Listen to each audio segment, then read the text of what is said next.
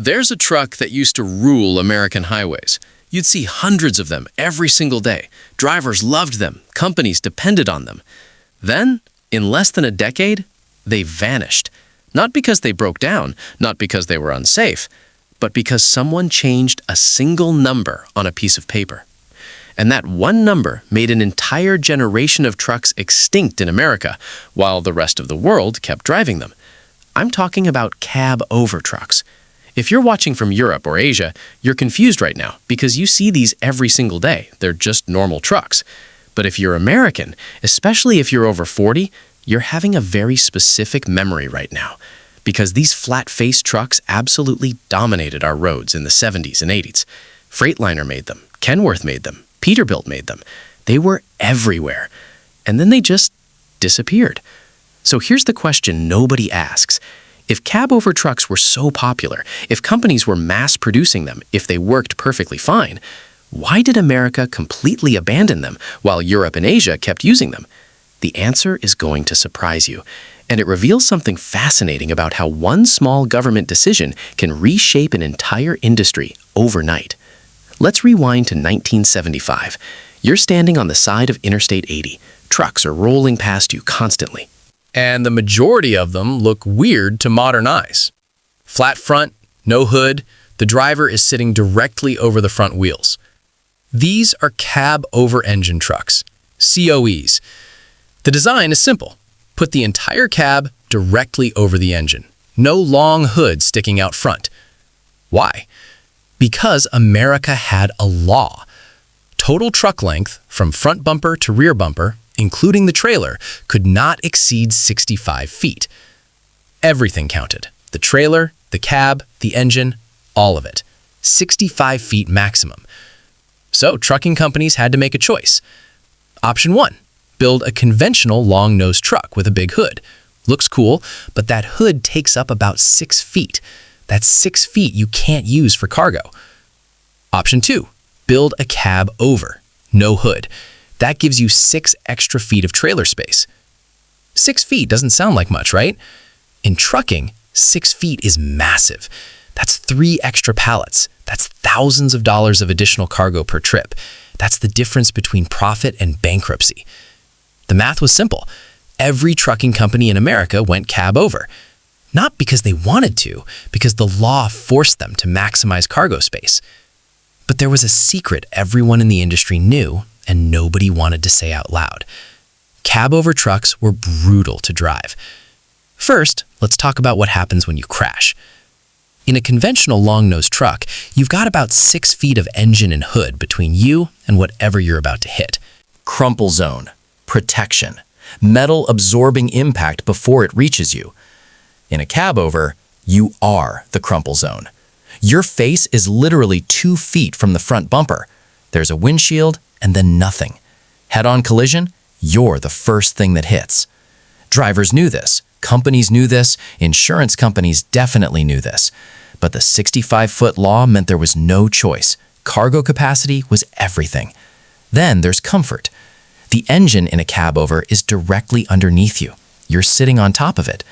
Imagine driving for 10 hours straight while sitting on top of a running lawnmower. The heat, the noise, the vibration, everything goes straight into your seat, up your spine, into your skull. And the ride quality? Absolutely punishing. In a long-nosed truck, you're sitting behind the front axle. The suspension smooths out bumps before they reach you. In a cab-over, you're sitting directly over the front axle. Every pothole goes straight through your body. Truckers in the 70s had back problems, hearing damage, constant headaches. The job was destroying their bodies. But again, the law said 65 feet maximum, so cab-over it was. Then came the maintenance nightmare. Pop quiz. How do you access the engine on a cab-over truck? You tilt the entire cab forward. The whole driver's compartment, the seats, the dashboard, everything tilts up on giant hinges. But first, you have to remove everything loose from the cab. Coffee cups, paperwork, CB radio, GPS, everything. Because if you forget and tilt the cab, all your stuff goes flying into the windshield and shatters it. Imagine if every time you needed to check your car's oil, you had to lift the entire roof of your car up first. That's what truckers dealt with every single day. So by 1980, the American trucking industry was trapped. They were stuck with trucks that were dangerous, uncomfortable, expensive to maintain, and literally breaking drivers' bodies. But the 65-foot law meant they had no alternative. And then, something changed. 1982, the Surface Transportation Assistance Act. Buried in this massive infrastructure bill was one small provision, one number change. They raised the maximum truck length from 65 feet to 80 feet. But here's the key detail that changed everything. The new 80-foot limit only applied to the trailer. The truck cab didn't count anymore. Read that again.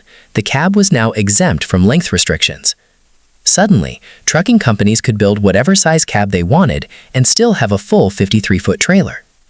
The entire justification for cab over trucks evaporated overnight. You didn't have to choose between cargo space and safety anymore. You could have both. You could build a long-nosed truck with a massive hood for crash protection, a comfortable cabin behind the front axle, and still carry the same amount of cargo. Within 18 months, cab-over sales collapsed. Freightliner introduced long-nose models. Kenworth pivoted. Peterbilt redesigned their entire lineup. By 1990, cab-overs were rare. By 2000, American manufacturers had stopped making them entirely. The trucks that had dominated American highways for 40 years became extinct in less than a decade, all because someone changed one number in a federal regulation. But here's where the story gets really interesting. Why didn't Europe and Asia abandon cab-overs too? Because they have a problem America doesn't have: old cities. London, Paris, Rome, Tokyo. These cities are hundreds, sometimes thousands of years old. Their streets were designed for horses and carts, not 18-wheelers. Narrow roads, tight corners, medieval city centers with alleyways barely wide enough for a car. In those environments, a cab-over truck is essential. The shorter wheelbase means you can actually navigate European cities. You can make tight turns. You can park. A long-nose American truck in downtown Amsterdam? Forget it. You'd get stuck immediately. But America? We built our infrastructure around cars and trucks. We have 12-lane highways, massive truck stops, parking lots the size of football fields. We don't need maneuverability because we just pave more space. So when the law changed, we optimized for driver comfort and safety instead of urban navigation. Europe and Asia couldn't do that. Their infrastructure was already built. They had to keep the trucks compact. Here's something the trucking industry doesn't like to talk about, though. Even after America switched to long-nose trucks, the accident statistics didn't actually improve that much. You know why? Because head-on collisions aren't actually the main danger for truckers. Jackknifing is, rollovers are, driver fatigue is, and cab-over versus long-nose doesn't make a difference for any of those. The safety argument was real, but it was also convenient marketing. Because the real reason long-nose trucks won? Driver preference. After 40 years of sitting on top of screaming engines, of feeling every bump in their spine, of tilting cabs just to check the oil, American truckers were done with cab-overs. When manufacturers finally gave them a choice, it wasn't even close. Comfort won, convenience won, and honestly, image won too. Because let's be real, in American culture, trucks aren't just vehicles, they're symbols. Smokey and the Bandit, Convoy, BJ and the Bear, CB radio culture, outlaw truckers. The American big rig became part of our mythology. Chrome stacks, long hood, aggressive stance. Cab-overs started looking European, foreign, weird. The classic Peterbilt 379 with its massive hood became the icon of American trucking. And once that cultural shift happened, there was no going back. Today, if you see a cab-over in America, it's either a garbage truck, a delivery vehicle, or a museum piece.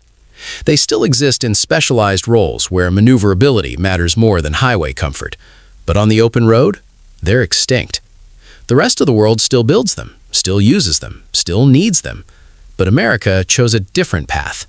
We chose space over density, comfort over efficiency, image over practicality. And that choice was only possible because in 1982, someone changed a number from 65 to 80. That's it.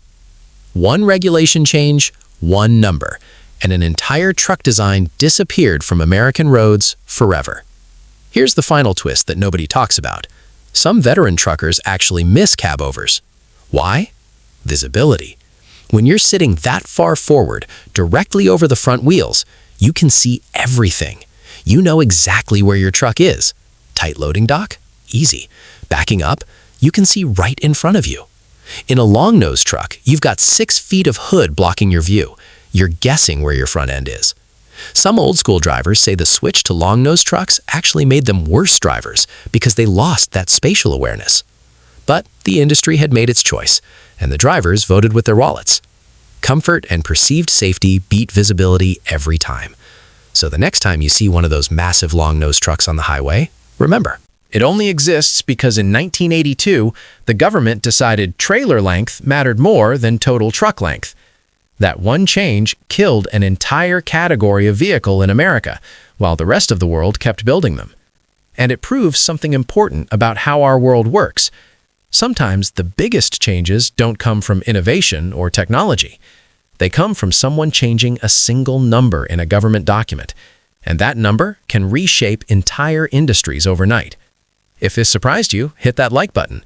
Comment below. Did you ever see or ride in a cab-over truck? What do you think? Should they come back? And subscribe, because next week I'm revealing why American fire trucks are so absurdly bigger than European fire trucks. Spoiler, it has nothing to do with fighting fires better. Thanks for watching.